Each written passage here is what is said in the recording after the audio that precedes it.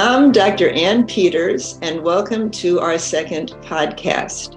I'm joined by my colleagues, Drs. Hirsch and Aleppo, and we're going to continue talking about the use of CGM. And I'm going to turn to Dr. Aleppo to discuss the current guidelines for the use of CGM in our patients, and just touch on both type 1 and type 2, because I think it's important to understand the guidelines for both.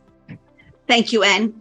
So the ADA, of course, every year publishes the standards of care. Is the one thing we wait for, either December 25th or January 1st. We're looking for this printout or online.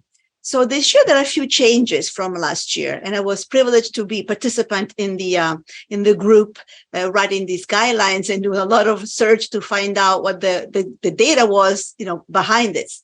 So basically for type 1.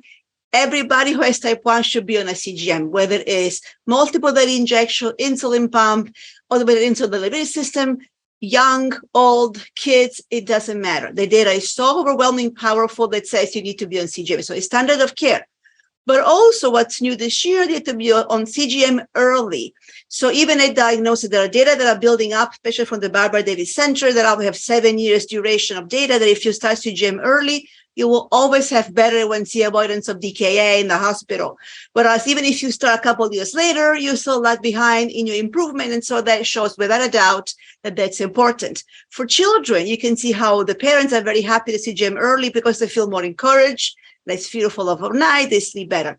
Adults and older adults have that security, especially with type 1 in terms of hypoglycemia.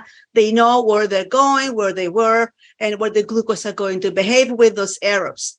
For type 2, this year the change was that the CGM should be offered to people with multiple daily injections or pumps for type 2, but also there's a new thing in terms of evidence A for real-time CGM should be offered to type 2 patients who are using non-intensive insulin therapy like basal only, and evidence C for intermittent kinase CGM for type 2 patients. And why is that? Again, for the mobile study and on the side in the literature that support the fact that people who are using CGM do better than BGM, even if they're taking 1 injection per day.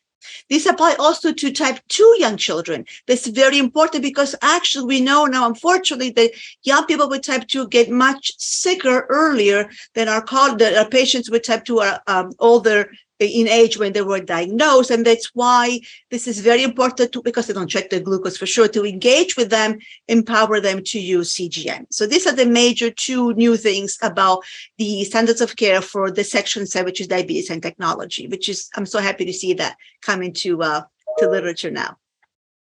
Yes, it's been wonderful to watch the progression as we've gone from not really having data to having lots of data. And the problem with data and devices is this isn't like RCTs that are done by the pharmaceutical companies on medications, because devices change so quickly that by the time you've started a study, the device is different at the end of it. But the body of evidence we now have looking at the benefit of CGM is really amazing compared to where it was. And we have it for a variety of different types of CGM. And I think we can safely say that this is an evidence-based issue that we can really get it, at least for patients who take insulin. But I want to turn to Irl and have him talk about his favorite subject, which is who do you choose to use CGM with, but also how do you get it covered for patients who aren't on intensive insulin therapy? Well, thank you for the question. There are really very few people that I don't want to use CGM on. I happen to be in a fortunate situation here just because of where I live, that for the most part, we have pretty good coverage for our Medicaid population for CGM. That's not true with everybody. In the type 2 situation, there is, for the most part right now, especially if you're not on insulin, very little coverage for CGM. With that being said, that doesn't mean I don't use it. I have patient after patient that I will use it intermittently. We've talked in the past about intermittently scanned CGM. I like to use intermittent CGM. So, for example, with Libre, we have many patients because it is relatively inexpensive. Relatively is a tough term because for some people it's still unaffordable. But compared to other things that we pay for, they can afford a CGM once a month or once every other month. Yeah. And doing this intermittently has tremendous benefit. And it's not me just talking about this. The very first type 2 CGM study, which was done by our colleague Bob Vigersky, that was intermittent. And people forget about that. That was over a decade ago. And that may be one of the most important CGM type 2 studies that have ever been done. But because it was a decade ago, people forget about it. I do this. And what I particularly do so people can have better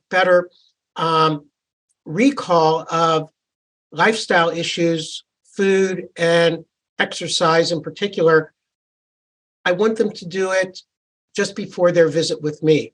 And I have several patients, in fact, one who I'll be seeing next week, I am seeing him, and I don't see too many of these people, but he has prediabetes. And what he does is he wears a Libre for the 2 weeks before he sees me, usually twice a year. And we go over the Libre together. It's tremendously beneficial. And if you're doing it twice a year, most people can afford that. I agree completely. I look forward to the day when it's covered for everybody, but that may be a while. But in the patients who can buy it, I love the notion of using it the week before, the 2 weeks before the clinic appointment, because it gives us something to work with. I'm at the point where I really almost don't think it's worth someone coming to see me if they don't have CGM data. I mean, because what am I going to do?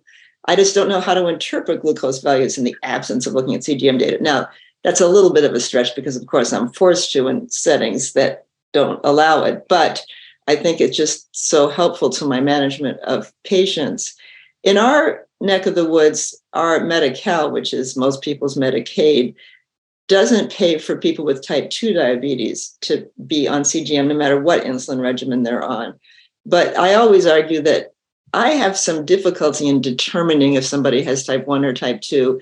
And I think that really it's about what do you feel the patient has in terms of what you say. So I end up, we really fight for our patients, especially who are multiple daily insulin injections, who really need CGM to go on CGM.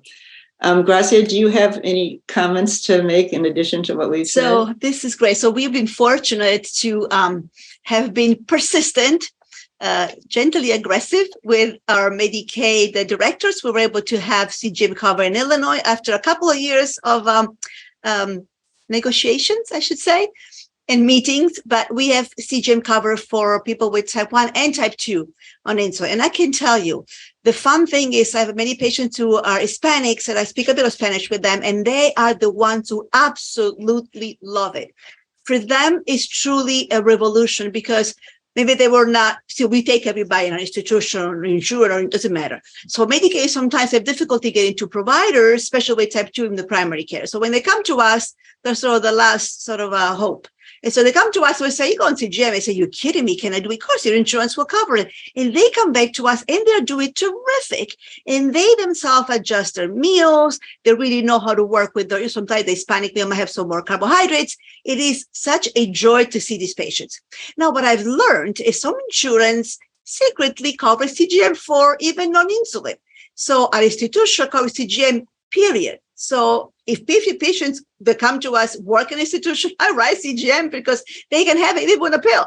So I do that. I try to understand if the insurance covers it. I always try to enter in the medication, just put an order. And then sometimes what I've done, I've written them letters. I say I've done a professional CGM, shown the effect, done again 3 months later when they might be better or worse, so to make my case. And they write a letter to the insurance and say, this is the patient with CGM without. What would you like to do, hospitalization or not? And so I've got them covered sometimes. And so I'm just persistent. And maybe because I've been tired, I don't know. But very often I've been able to succeed. Only one case I remember was pretty sad. I wasn't able to have coverage, but it was a policy exclusion. And so I was able to help the patient with some sample initiation. Then with the program with Libre, the patient was able to afford them. I was doing once every, so 2 weeks on, 2 weeks off, 2 weeks on, 2 weeks off. He was able to afford it. So that was helpful.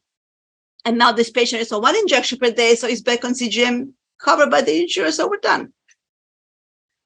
Well, this is why I think you two are both so wonderful, because all of us are doing the same thing, which is, and I think it's very important, is that when you look at social determinants of health and when you look at what we as providers can do, yes, we can do what we're all talking about, because I think every one of us fights for our patients to get CGM, and having that professional CGM to prove a point to whoever it is that's making the decisions helps. But I think the thing that you said that also really resonates is fighting to get at a higher level coverage. And so because Medicaid is so state by state based, I know that we've all really worked within our states to get coverage. And I think we're all really proud of the fact that our states do cover it, at least to varying degrees. And I think the real fight, obviously, is to get it to cover it in an increasing amount to make sure that everybody who needs it gets it. So I think this is very interesting and hopefully empowering to people who are providers as well as to patients. And I think we'll wrap up podcast 2 with that and that call to really try to make a difference in your communities and in your states. And I'll thank both Irl and Grazia for their comments. And then stay tuned for podcast number 3, where we'll really talk about the practical use of CGM and our experiences in our patients. So thank you for listening, and hopefully join us next.